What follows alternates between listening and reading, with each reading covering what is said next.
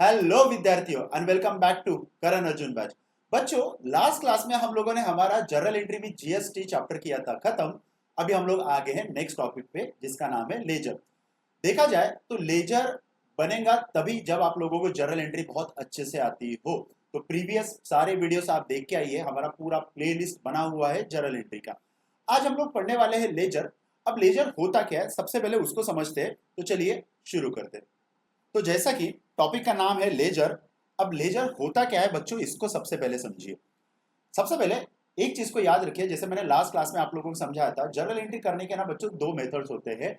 एक होता है ट्रेडिशनल मेथड और एक होता है मॉडर्न। हम लोगों ने कौन सा मेथड पढ़ा था? Modern method. आप लोगों को याद दिला दूं, मॉडर्न मेथड क्या बोलता था? Acids, expense, losses, if increase, अगर इंक्रीज हुआ तो क्या होता है बच्चों? डेबिट। और अगर डिक्रीज हुआ तो क्या करते हैं हम लोग? क्रेडिट। नेक्स्ट, कैपिटल, लाइबिलिटी और रिवेन्यू। अगर ये तीन चीजें अगर इंक्रीज हुआ तो क्या करेंगे हम लोग? क्रेडिट। और अगर डिक्रीज हुआ तो हम लोग क्या करते हैं? डेबिट। ये था मॉडर्न मेथड जो हम लोगों ने लास्ट प्रीवियस इसमें हम लोगों ने पढ़ा था। अब हम लोगों को मॉडर्न मेथड का कैसे यूज होता है लेजर में और ट्रायल बैलेंस में वो सीखते हैं। इसीलिए मैंने आप लोगों को रिकमेंड किया था कि आप लोगों को जर्नल एंट्री करना है तो मॉडर्न मेथड से कीजिए, ट्रेडिशनल मेथड से नहीं। क्योंकि ट्रेडिशनल मेथड कहीं ना कहीं रिजिड टाइप का है और वो सिर्फ जर्नल एंट्री तक ही सीमित है, उसके आगे उसका इतना यूटिलाइजेशन नहीं होगा जितना मॉडर्न मेथड का। अब देखिए, सबसे पहले हम लोग समझते हैं कि लेजर होता क्या। देखो, ledger means which contain a summarise, classifies, record of transaction. Ledger में क्या किया जाता है? सारे ट्रांजेक्शन को समराइज किया जाता है। ठीक है। नेक्स्ट इसमें बोला है ledger is also called as principal book. ये ध्यान में रखना, ledger is also called as book of final account. ये शायद आप लोगों को एमसीक्यूज में आ सकता है कि लेजर को और क्या क्या बोला जाता है। अब यहाँ पे लेजर के फीचर्स है, लेजर की यूटिलिटीज है। हम लोग सबसे पहले समझते हैं लेजर का फॉर्मेट। देखो, लेजर में होता कैसे बच्चों, अगर आप टोटल कॉलम देखोगे तो 1, 2, 3, 4, 5, 6, 7 एंड 8। टोटल कॉलम बने यहाँ पे 8। अगर आप लोग ऑब्जर्व करोगे अच्छे से तो पहले जो 4 कॉलम है वैसे ही सेकंड 4 कॉलम है। मतलब देखिए, date particular ledger folio amount, date particular ledger folio amount. तो बच्चों पहला जो 4 कॉलम है वो आपका शो करता है डेबिट साइड, और नेक्स्ट के जो 4 कॉलम है वो बच्चों शो करता है आपका क्रेडिट साइड। मतलब डेबिट वाले आइटम अपन पहले 4 कॉलम में लिखेंगे और दूसरे 4 कॉलम में हम लोग क्रेडिट वाले आइटम लिखेंगे।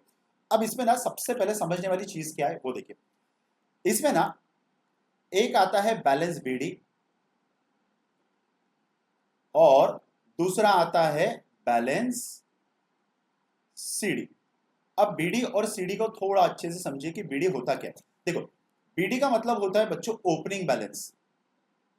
ओपनिंग बैलेंस, किसी भी अकाउंट के ओपनिंग बैलेंस को बोला जाता है बैलेंस बीडी, ब्रॉट डाउन। और सीडी का मतलब होता है यहां पे क्लोजिंग बैलेंस।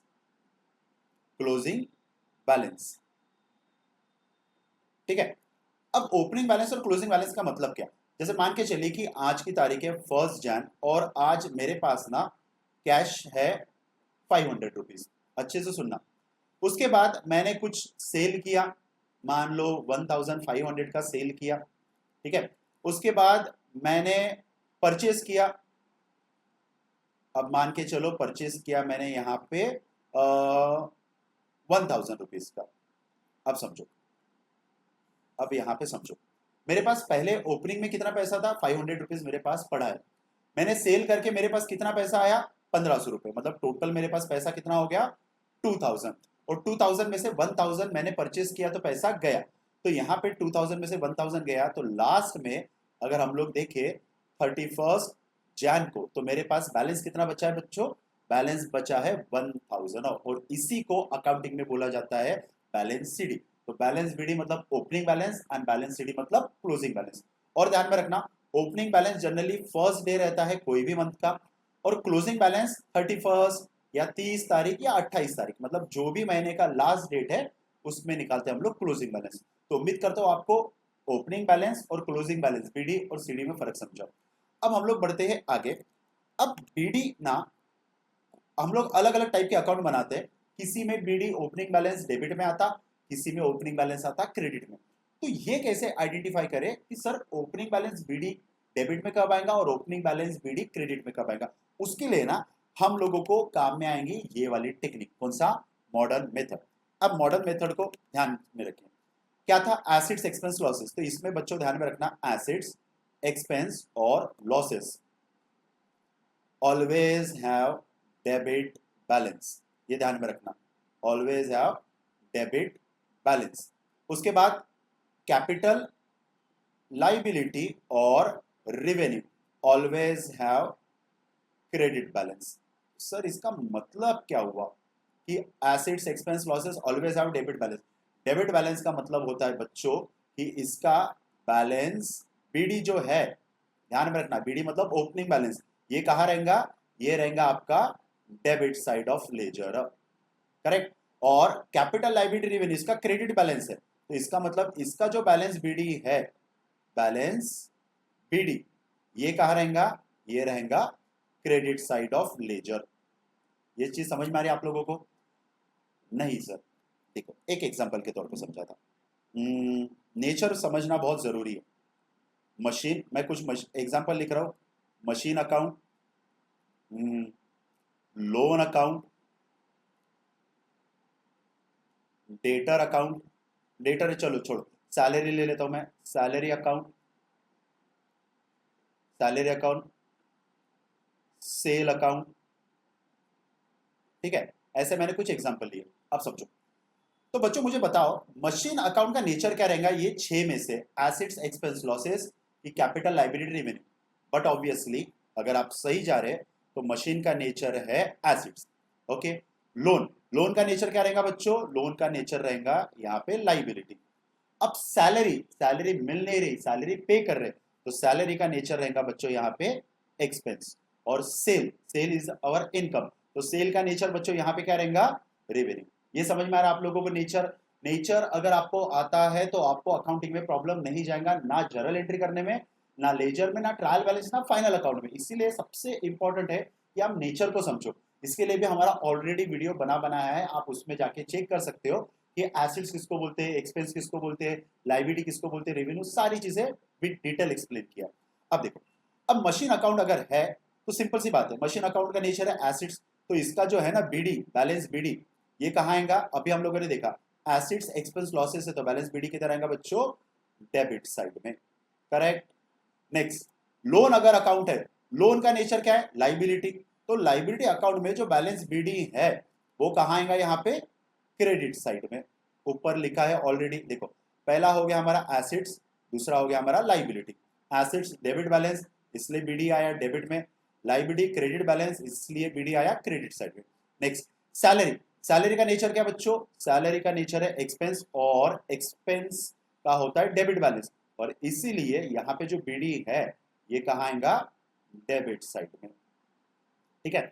और फिर नेक्स्ट है सेल, सेल मतलब रेवेन्यू, और रेवेन्यू कहाँ पे आएगा हमारा? क्रेडिट साइड में, क्रेडिट साइड।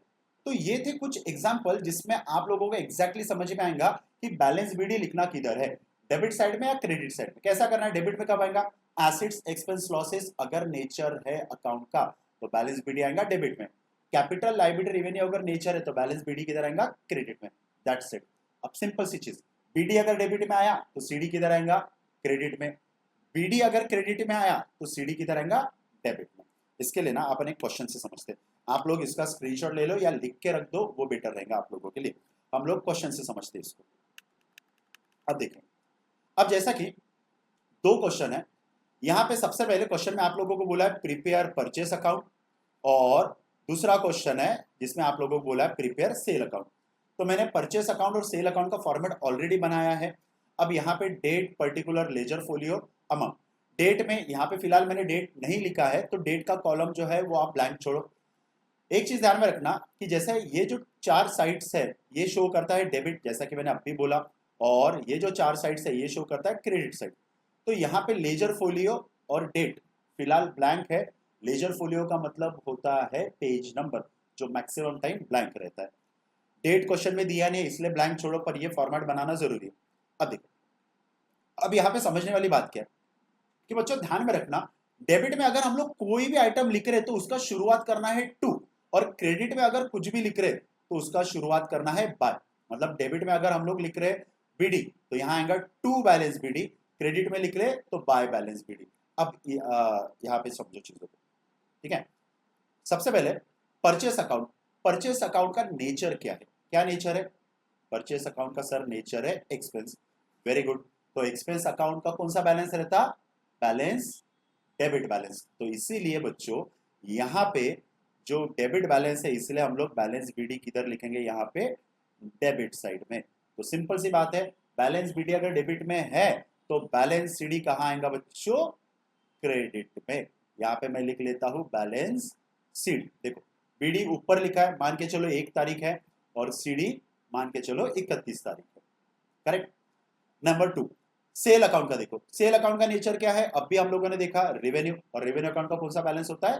क्रेडिट। और इसीलिए यहाँ पे बैलेंस बीडी जो है वो शुरुआत होगा आपका क्रेडिट साइड से। तो मैं यहाँ लिख रहा हूं बैलेंस बीडी, ठीक है। और सीडी किधर आएगा? डेबिट में नीचे, टू बैलेंस सीडी, ठीक है। ये 1 तारीख मान के चलो और ये मान के चलो 31 जन। समझ में आ रहा है आप लोगों को?